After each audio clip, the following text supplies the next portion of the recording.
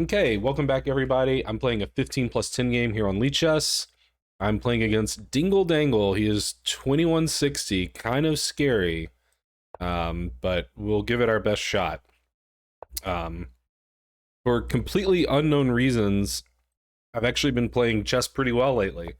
I've played a lot of rapid games on my stream on Twitch, and I've actually won 11 in a row, which is the longest streak I've had in quite a while. And my rating is shot up to 2119. So hopefully this will be number 12, but I'm black against a guy 40 points higher rated, so that'll be tough. Now I'm trying to learn the semi-Slav. And I am now not sure exactly what the niceties are here. It seems like I should take with the pawn. If I take with the knight, I'm inviting e4. So I assume I should take with the pawn. I don't know much about the exchange Slav. I do think that usually what can happen is black gets this bishop locked in. That's my understanding. So I'm thinking about playing bishop f5 before playing e6. Whenever this bishop develops early, you got to think about the b pawn coming under attack. For example, queen b6. So if I play bishop f5, queen b3, the question is, am I in any sort of trouble there? Because then I need to defend b7, but my queen is also busy defending d5. d7 wouldn't be a stable square because of the knight. So I'm not sure I can get away with playing bishop f5. I think let's just develop this knight. That seems likely to happen, irrespective of other things. So might as well get that move out of the way. Now his bishop has come out, so that, you know, now I can think about, you know, putting it on the other foot here. Attack that b2 pawn. I also got to think about this tenderness on c7. Queen b6 feels like sort of a reasonable move. It is worth asking, can I actually take the pawn? A lot of times you cannot. But in this case, if I took the pawn, the knight would be hanging.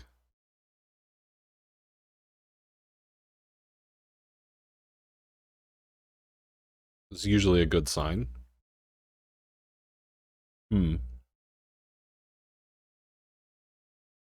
am sort of inclined to play queen b6. Queen b6, there could be knight a4.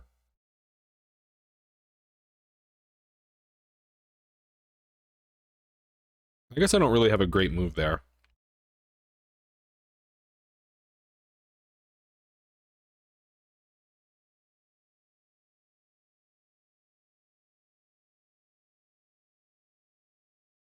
So why can't I play... If he can play bishop f4, why can't I play bishop f5?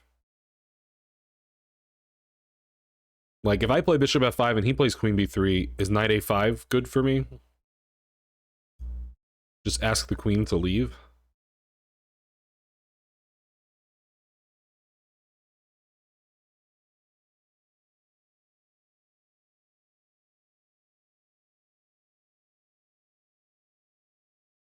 I'm just going to play e6. And it's not that I think bishop f5 immediately has a problem, but I think if the bishop can't return... Yeah, so, like, we might see... So I'm thinking queen b6 now. And the point is that now the bishop can't block any checks that happen on this diagonal. So against, like, knight a4, you know, queen a5 or queen b4 might be more palatable because there's no bishop block. The queen can't block because the knight's hanging. So we basically have to block with the knight. Then I could bring in the bishop and start really trying to ramp up the pressure there. So yeah, I think queen b6 might just be a good move now.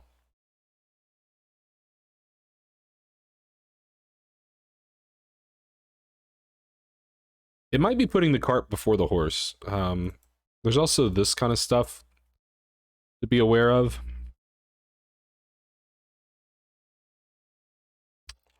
That actually does look kind of annoying, doesn't it? Maybe we play bishop b4 first.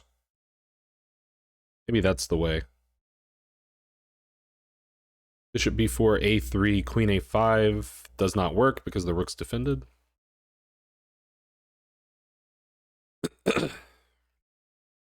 Another way of playing would be bishop d6. It would feel like a bit of a letdown. Could also just play a6. Kind of falling behind in development, but there's not really a great looking square for this bishop other than b5. I don't know, it might be a little passive, but I think I do kind of want to keep him out. Keep him out of here. So I'm just taking a pretty solid approach, and hopefully, you know, I can equalize eventually. Don't think I'm there yet, because I'm still behind in development. My bishop, my light square bishop, isn't the most attractive piece. But what can you do? You can't have it all. Yeah, that's logical. I mean, you know, at some point he might have to think about some fork happening to him. Knight b4 is a possible thing at some point. Doesn't seem to make a lot of sense now.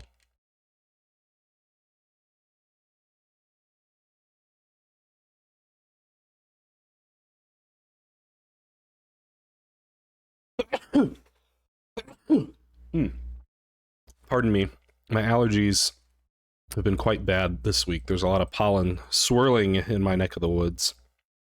Let's just oppose this bishop. Welcome this trade. It might seem like white would be the happier, like, you know, this bishop isn't blocked by all of black's pawns. This bishop kind of is blocked, but this bishop's outside the pawn chain. I think it's still a pretty good piece, so this feels like sort of an even trade to me. Now it's a little easier for me to play e5. I'm going to castle also, although I need to analyze this, but my knight's defending it, so hard to believe it's too good. So yeah, if I can achieve it, I'd like to play e5. That would really... I mean, it would leave me with an isolated queen pawn, which will be difficult to manage, but it'll help my bishop get into the game.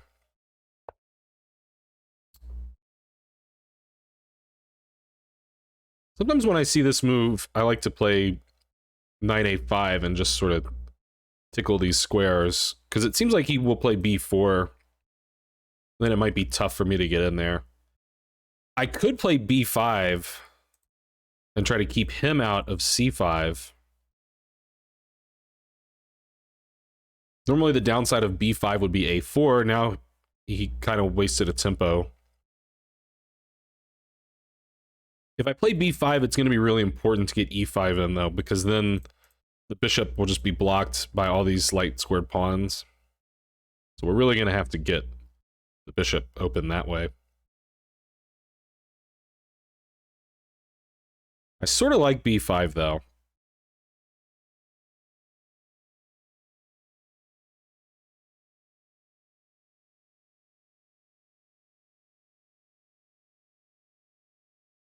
Because the knight getting here just looks... Well, I don't know. I guess I could just play b6. Maybe I should do something else. I mean, I could consider this right away.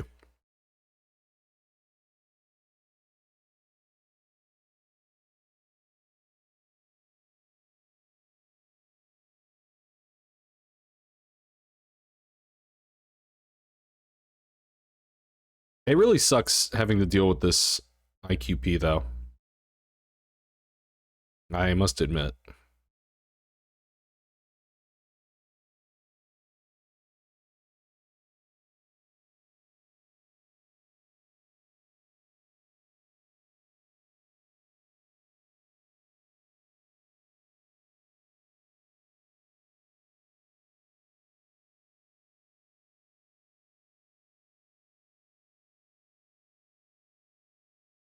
I don't know, I'm having trouble finding another plan. Like, I'd like to move the bishop and get a rook to the c file, but bishop d7 doesn't feel very useful. I think I'm just gonna do this. I don't know, this feels like the kind of move that the computer might just be like, dude, what are you doing?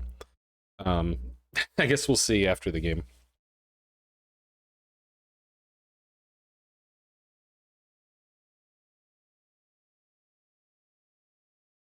They say that in an isolated queen pawn, or in any isolated pawn position, the most important factor is controlling the square in front of the isolated pawn. Because this pawn can't really be viewed as a structural element anymore, if that makes sense. Like, you know, it's not really a part of any pawn chain. Okay, it's controlling some squares in the center of the board, but it sort of wants to just be a kamikaze.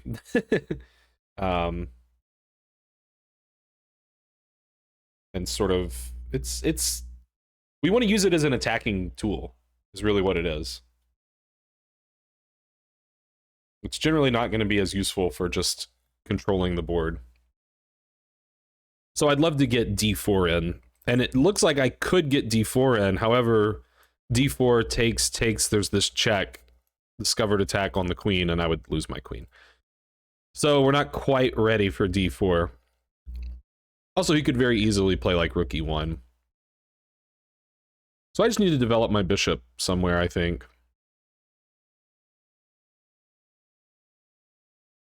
Knight g4 is an idea to keep in the back of my mind, because that is creating a mate threat that white will have to deal with. It could be worth playing. f4 won't be a good response because of queen takes, unless he plays rook e1. So if I play knight g4 and he has to play like g3, I think I'm pretty happy, because then there's some light square weaknesses around here that I can try to go after with this guy, and he'll finally have some purpose.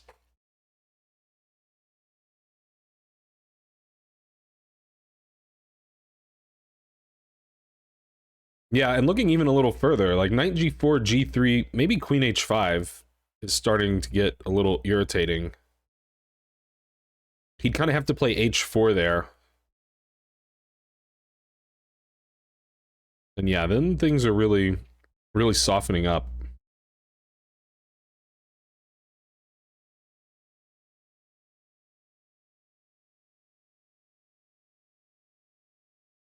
Maybe white should play h3. Maybe I've talked myself into believing knight g4 is actually a pretty good move. h3, bishop e2, those would be moves that prevent knight g4. If one of those moves happen, then okay, he did that. Yeah, that's a good move because it also stops d4. Like, I mean, d4 was not a threat anyway, but it's under more pressure now, and or d5 is under more pressure now. So I need to just develop the bishop somewhere.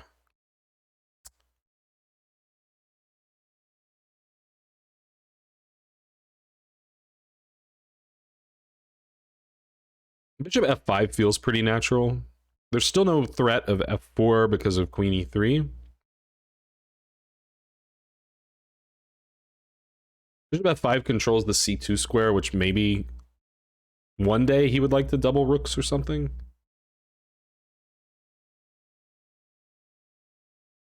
We could also try to come in to e4 maybe in some circumstance. I don't know.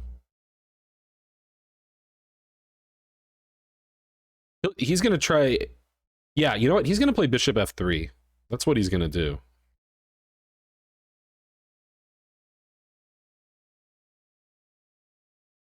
So maybe I should maneuver the bishop here. I was kind of thinking of putting a rook on the c file.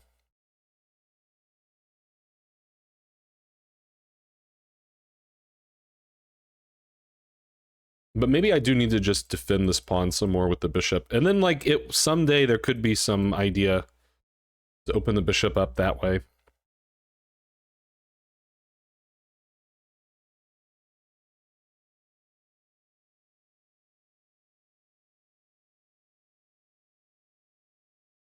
I mean, I could also try for bishop f5, bishop e4 in the event of bishop f3.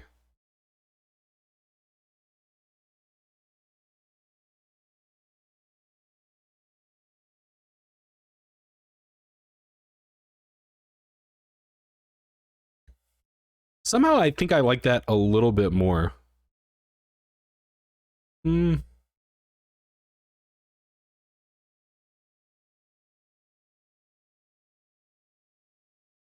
We could end up with a situation where he trades the knight for the bishop, and I have to evaluate if that's good or not.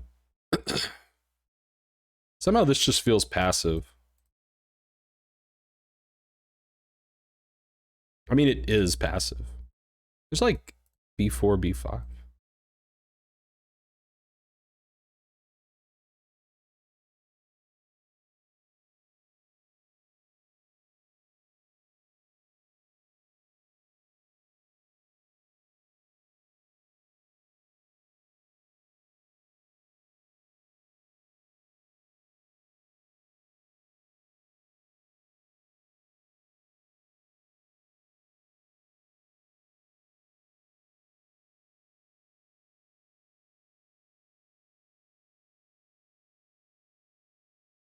Okay, I'm going this way.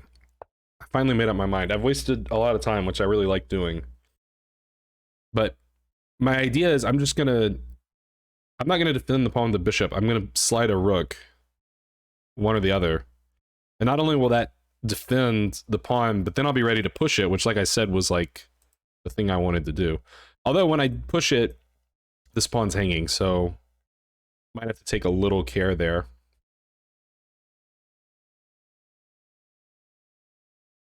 But, I mean, I push this. I'm hitting the knight. And if I take this, then we got an attack on the queen. So I think rook a d8 is my next move. Assuming he plays bishop f3.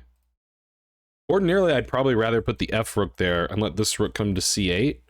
But I'm anticipating bishop f3, and I don't want the rook in the line of fire of the bishop. So, like, d4, if he takes here, he'd be hitting the rook. We don't want that.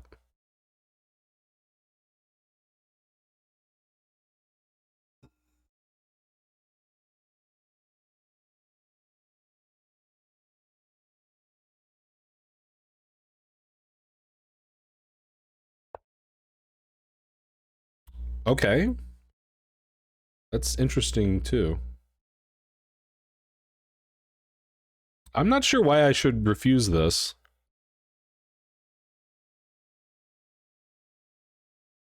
Seems like I can't really be worse.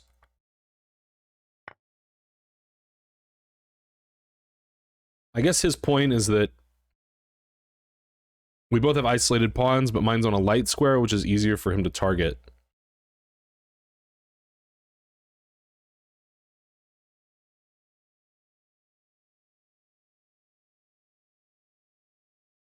There could be some truth.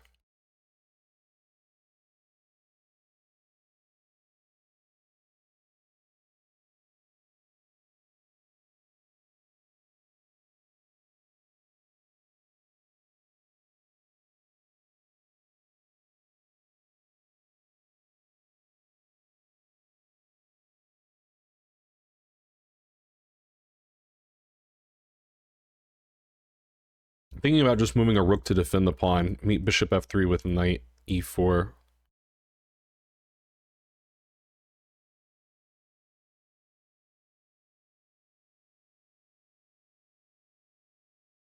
Also, would be threatening bishop g4, maybe.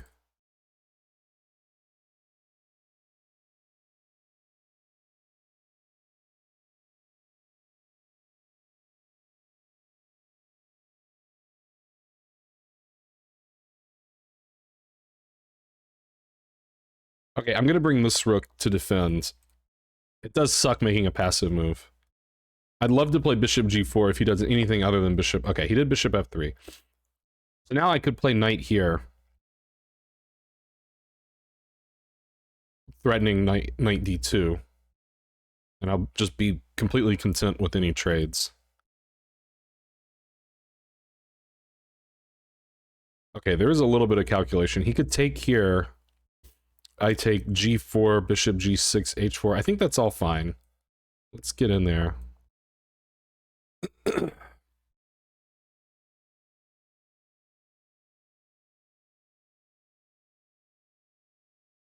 Okay, the time situation's becoming quite significant.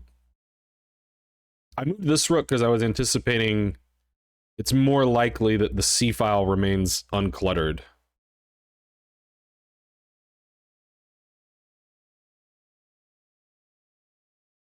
Although he could like move a rook over here. Maybe I should have used the other rook, because if he goes rook e1,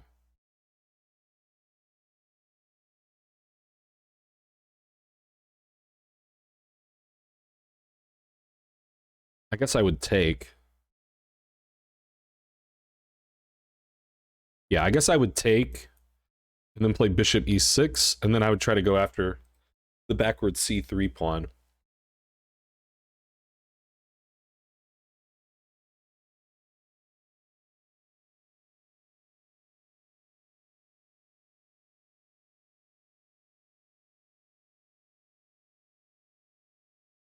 It's one of those positions where it's so nice and symmetrical that it just feels like the computer's just gonna say all zeros, no problem.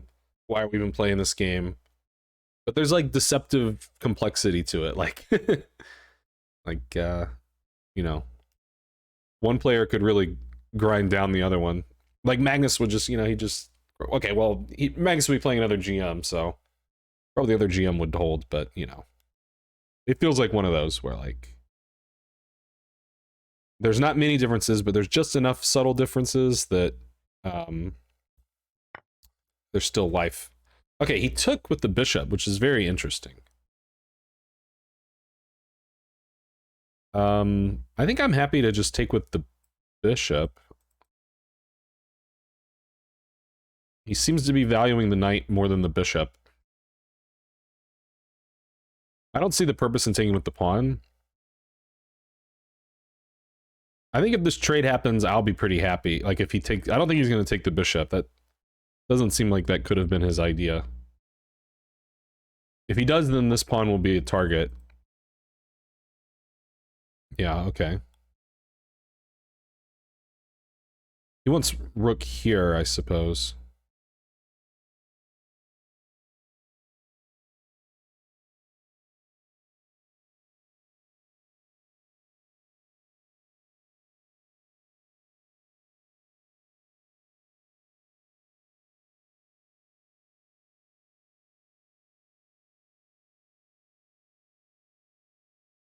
Okay, let's just back off.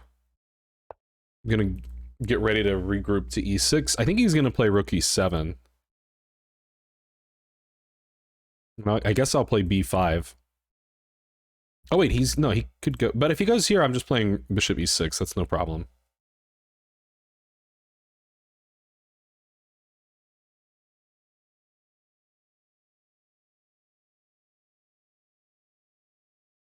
It's a big decision for him to do this because at some point that rook's going to get locked in by the bishop. And it's not immediately clear, is the other rook going to coordinate?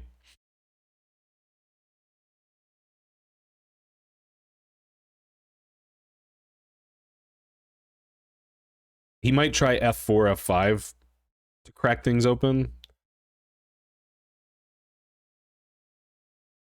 In which case, I might be forced to play g6, which is really weakening the dark squares. So I would have to be careful to try to not let this knight. It would take a while, but the knight could come in somewhere annoying. But I could play king g7. I think f4 I will play g6. Again, it's one of those that, you're not super comfortable making, but...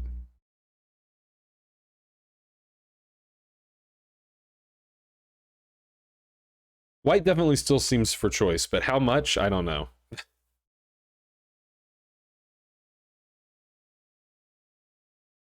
the one sort of just stuck defending.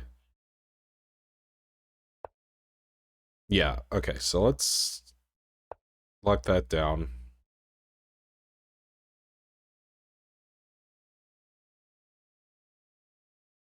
He could be really ambitious with g4. If he plays h3, I kind of have to play h5, because if he ever gets g4 and I can't just take it, then he's starting, to break through.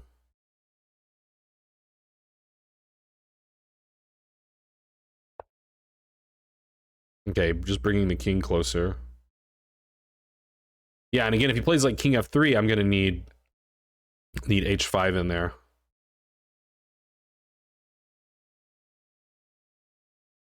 Okay,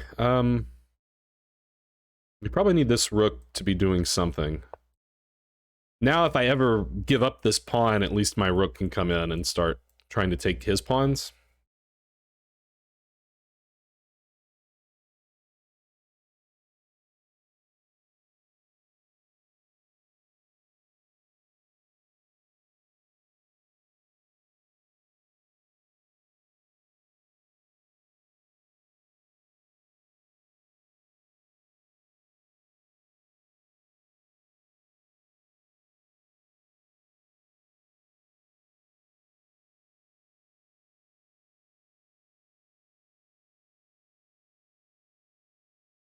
I am wondering about, like, king f3, h5, h3. If I play h4, is that pawn just going to be... it's going to be difficult for him to maneuver around to that pawn.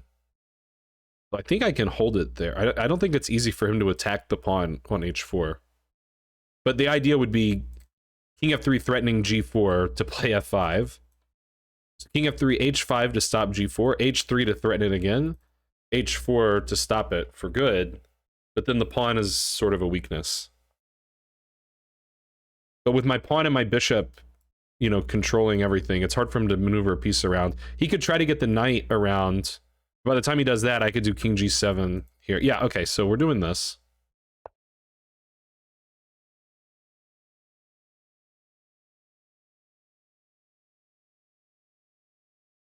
Yeah, so this is sort of a different move order, but the same idea. Yeah, and I think I'll just go here. And his king can't really walk in. There's no easy way for the rook to... Like, the rook can't get here. The rook can't get to this square because it'd have to go here. So the only thing he could ever attack this pawn with is a knight. And if the knight moves away from here, I can just slide this rook over to defend. I mean, okay, he's kind of making me defend a lot of different things now. Which is a good way to try to squeeze. But I think things are stable on the king side. Like, there's no logical looking pawn break. The king can't move forward. He could try this to break in. But, you know, there would definitely be some risk in doing that. I mean, it's trading these pawns. Okay, he just goes for it. I mean, yeah, I'm taking. Now I want to try to go after this, so I think I want to play king g7. King g7 is going to be a useful move. I don't want to commit these pawns just yet, I don't think.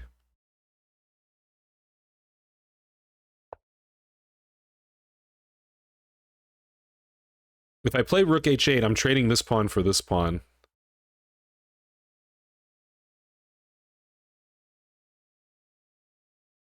Which might be worth it. I mean, this pawn will be weak. This pawn will be weak.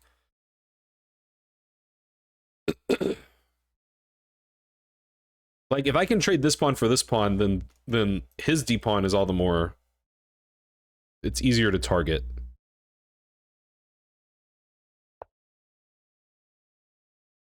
Yeah. So he stops that. I could play rook c4 and just try to tie him down a little bit more.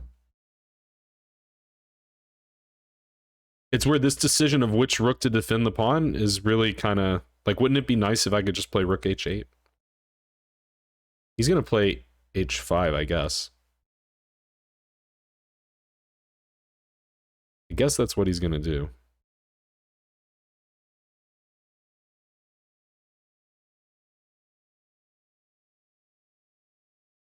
Okay, let's... yeah, I don't know if that's even worth doing.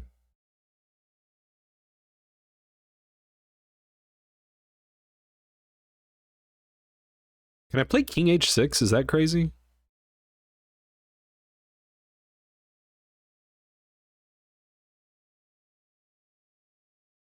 It feels a little crazy.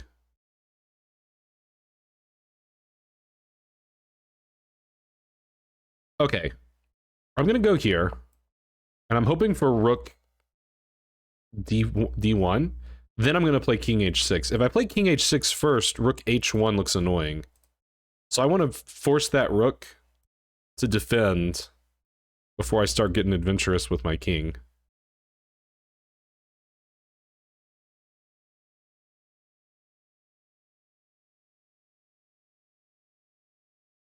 And yeah, if he defends with the knight, then I can move this rook.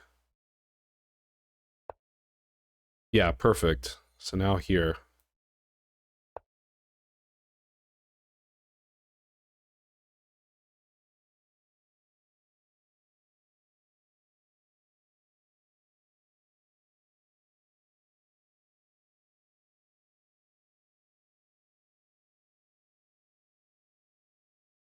He could still 100% try this.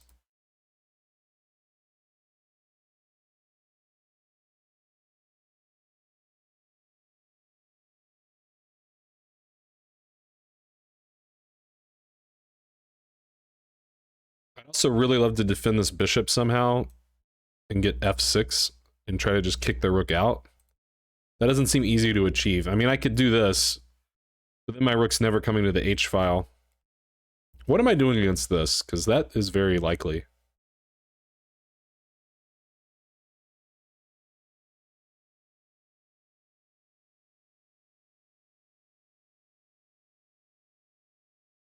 I guess I'll take it. He'll play rook h1.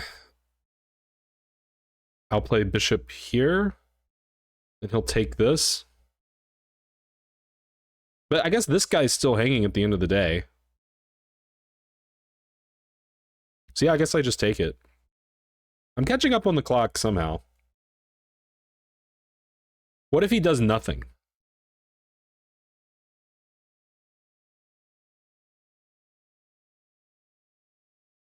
What do I do if he does nothing? Hey, that's what he did, nothing.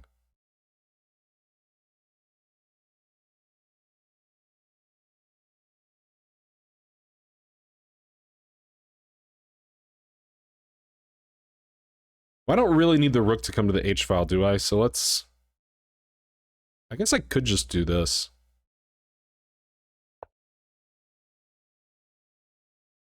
Make him think about f6.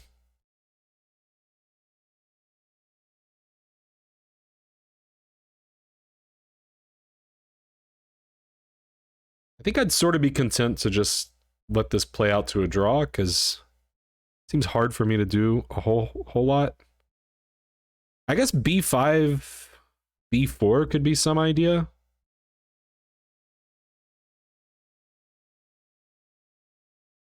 Yeah, that could be some idea.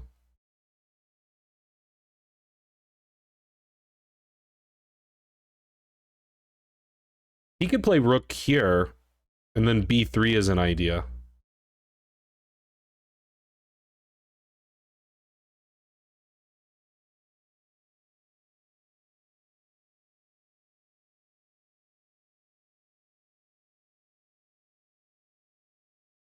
Yeah, maybe I'll try b5.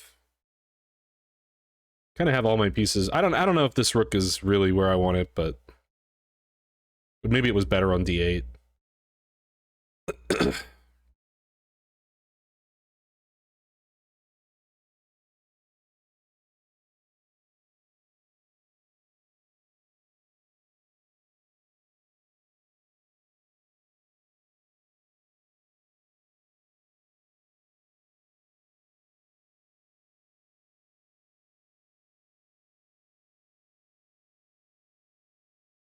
So if he plays rook d3, am I still playing b5?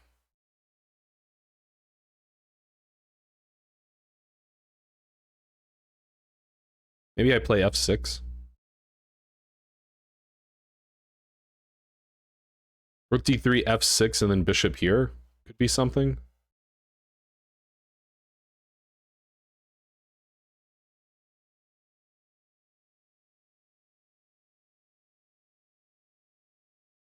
Then b5. If this is the square that the rook really wants to be on, which is what I'm assuming. I just realized my camera is kind of not pointing ideal. Okay, wait, what's that all about? Well, now there's not the extra pressure here. I could try to go after this pawn.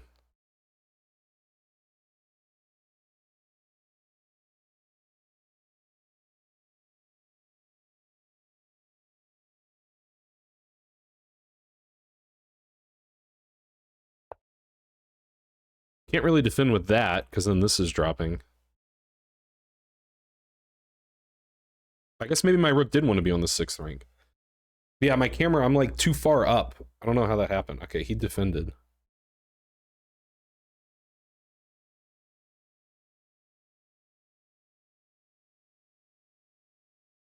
I could sack in exchange.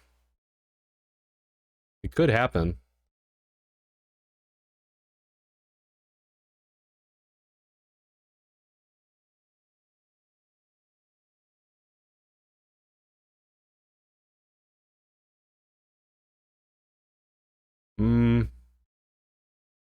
Let's just get in here.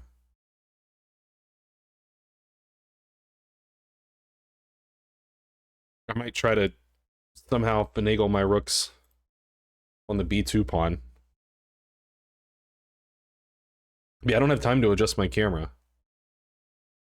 So I'll just be eagerly leaning forward the whole video, I guess.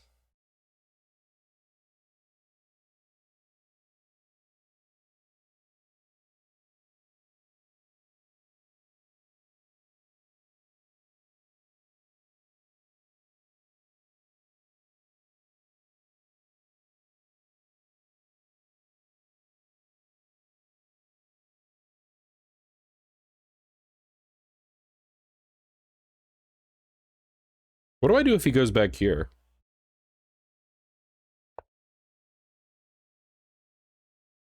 Okay, he's probably threatening this. No, because this is check. He ain't threatening nothing.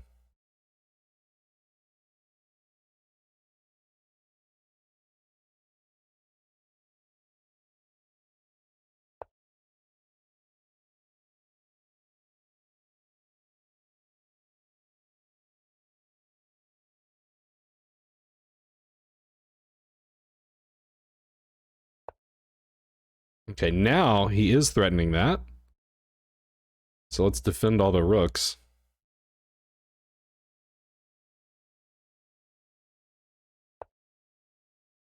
The knight's pinned, though.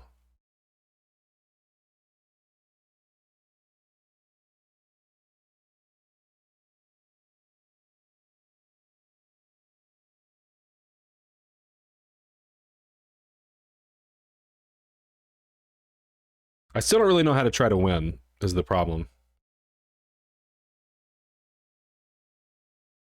Like, I think I've sort of turned the tide a little bit. I think.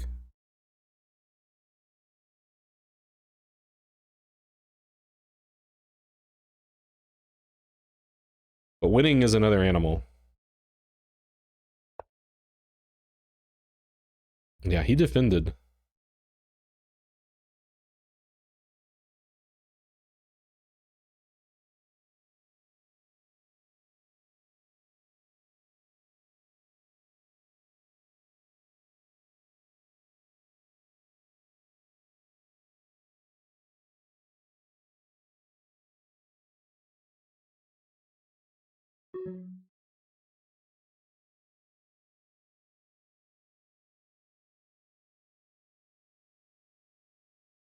Let's try this. Try to get the bishop a little better. The bishop's not had a very fun game.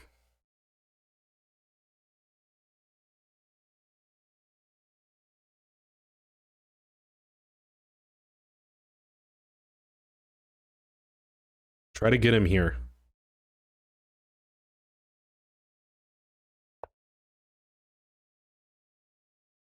Ooh, wait. What happens here? Wait, he can take that.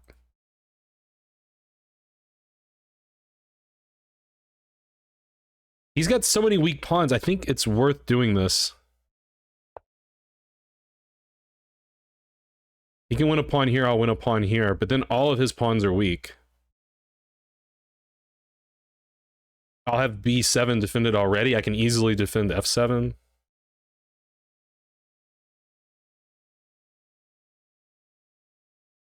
If he doesn't take, now maybe I can start moving my king up.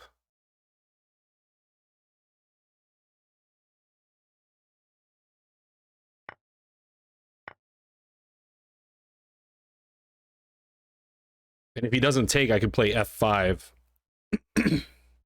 He does have this passer, which I didn't think about. Which he did think about.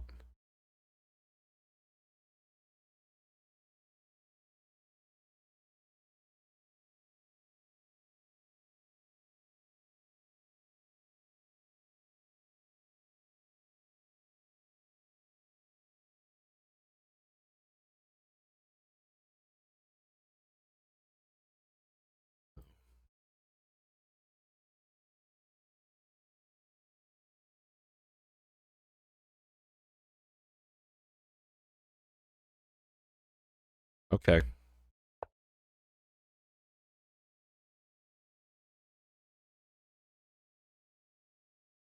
I should be able to win this pawn back. Maybe.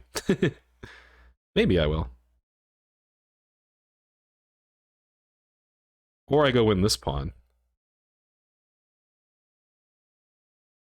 Also possible. Let's do that. Not that I saw that, not that I understood anything, but...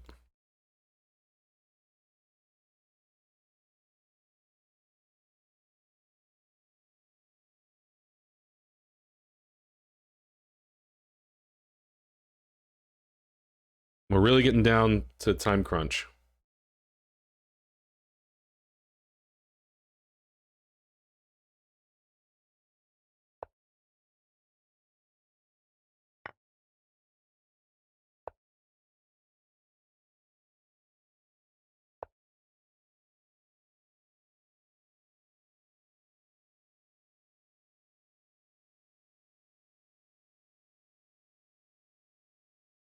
What a grind of a game. Ah, this guy. I didn't know about that guy. Okay, that was dumb. That was indeed dumb.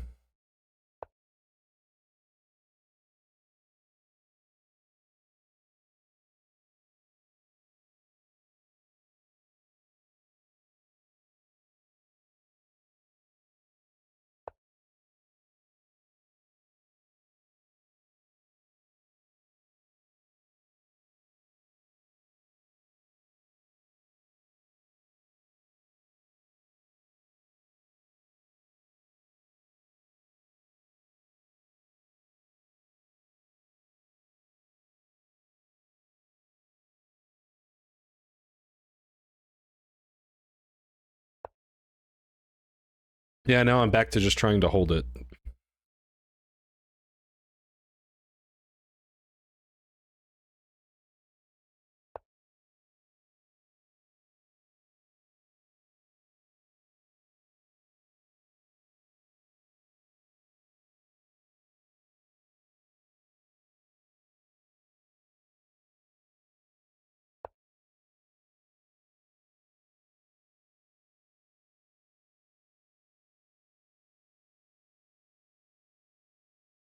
Yeah, this probably isn't so good.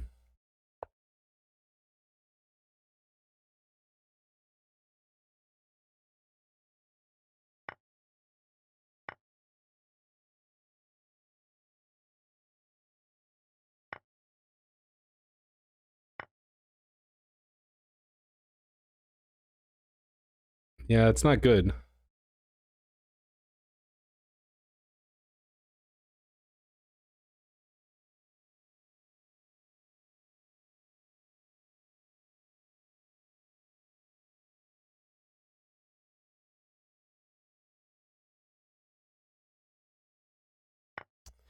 Yeah, I'm probably lost.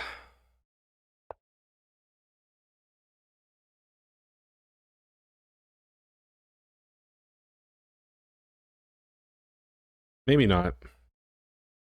Okay, that helps quite a bit.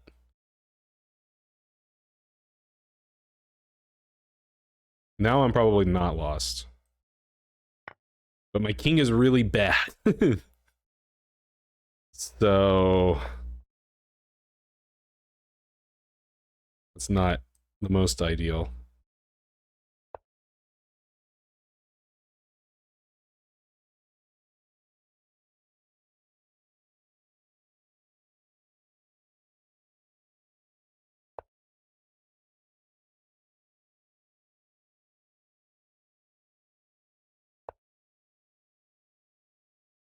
It should be a draw, though. Should be.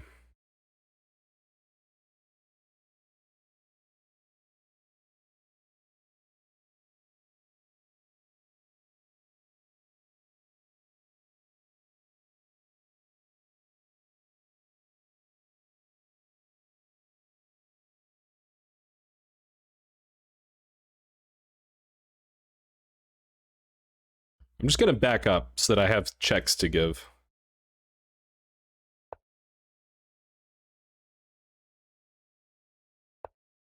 I'm very surprised he let me do that. Now it's certainly a draw.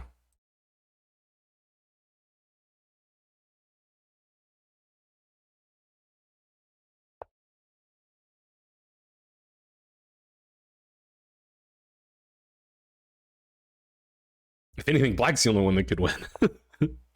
I mean, I can't, but I can try. Let's make him pass one test. If he goes here, I can defend. Dang, okay. Okay, let's just offer a draw. Okay. What a game. It felt like I was like starting to outplay him in the end game, and then I hung that pawn and it all went away. But let's see what the computer says. That was a pretty well played game, I thought. Not much going on tactically, but a nice, like, you know, strategic struggle. I was losing at one point, it says. I mean, the game was, what, about 55 moves? 58? So it'll take a minute for the computer to analyze. But yeah, black was never much better so far. Yep, he had chances to win in the end, but otherwise there was never much of an advantage. So let's take a quick spin. So this was, I mean, yeah, C takes is kind of the only move that makes sense. I can play bishop f5 here, and in fact, that's what they do. But, okay, e6 is not super common. a6 is more common, but whatever. It doesn't, yeah. So I fell a little behind in development. It should be, yeah, I mean, but it's pretty drawish. The exchange Slav tends to be drawish. E5 is actually a good move. That's what the cool kids do. Whenever I say the cool kids, I mean the people in the Masters database. Yeah. So white is still a little ahead because black has the isolated pawn. Bishop e2, yeah, was pretty nice. I guess let me turn on the computer now. We're out of the opening book. Yeah, I suggested h3 or bishop e2 to stop knight g4. Yeah, maybe just going to e6 directly. It's such a passive move. It's hard to be excited about that. He let me trade queens, which was interesting. It actually does like moving this rook. Was wondering about that. Rook d6 is a move I would never think of. Interesting that the computer likes that. King f8 makes sense. I mean, it's just giving zeros at this point. It likes what he did, giving up the bishop for the knight and claiming that the knight is just a better minor piece. All good in the hood. G6 was right. Rook over was right. I could play rook c4 or h5 in some order. h4 is good. Yeah, and now it even likes black, which is kind of surprising. Like, it's kind of surprising that this move suddenly gives black like a small edge, but yeah, I mean, it wanted him to play king g3 so that I can't play h5 or h4. So now that things are stable on the king side, it actually prefers black, which is sort of how it felt like in the flow of the game. It felt like now he had a lot of weaknesses that I could try to go after.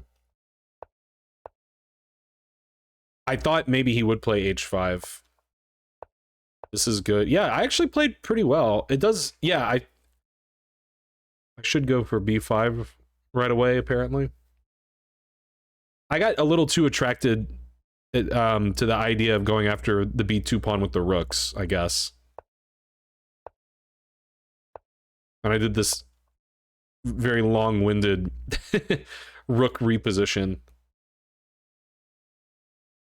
F5 is a hard move to consider that the computer likes, and it doesn't want to take with the bishop, I guess, because then the rook can come in and start poking and prodding, but I would take with the bishop.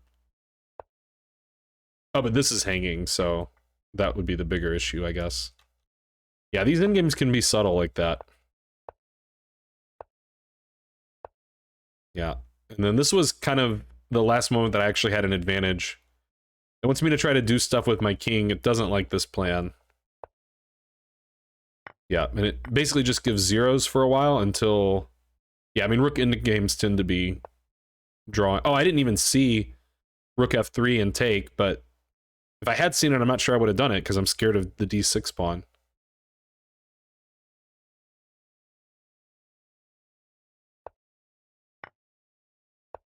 Yeah, this was right. I never saw that coming, but it ended up being right. It says I should just take. Yeah, I mean, I didn't even see the threat on b7. I saw the threat on f7, and I was thinking about playing this anyway. But yeah, I should definitely just take. That was bad. It says I'm still drawing somehow. Yeah, I didn't want to take, because I thought that this would just be too hard. Oh, but I can check and then go here. I see, and he doesn't have a way to defend the pawn. So yeah, it should be a draw. Okay, I didn't see that, obviously. And that he probably did. That's probably why he played B. I mean, b4 makes sense anyway, but this was right. It's a draw again. But I have to play king g6 or king g5. I have to... Wow. I'm almost in Zugzwang is basically what this is saying. But now it says white's winning. Yeah, I mean, I thought white was winning here, and then he blundered immediately and let me win this pawn, and then I figured it should be a draw. So it was still kind of tricky here, like, because I thought like he can try to set up some mate threats and stuff. So in theory, it doesn't really matter. I don't think he played the most testing moves, but I mean, yeah, it was always a draw. A lot of times, an important resource is just go give the white king checks. You know, like if he ever tries to start a mate threat, I can, yeah. Actually, it's kind of surprising. The only draws are rook c1 and rook d1. I guess that's not surprising because every other move is just like mate. So never mind, that's not surprising. But yeah, so that's why bringing the rook back. Then once I got my king off the back row, I was like, okay, this is over. But anyway, I hope you enjoyed this video. If you did, click buttons, and I'll see you on the next one.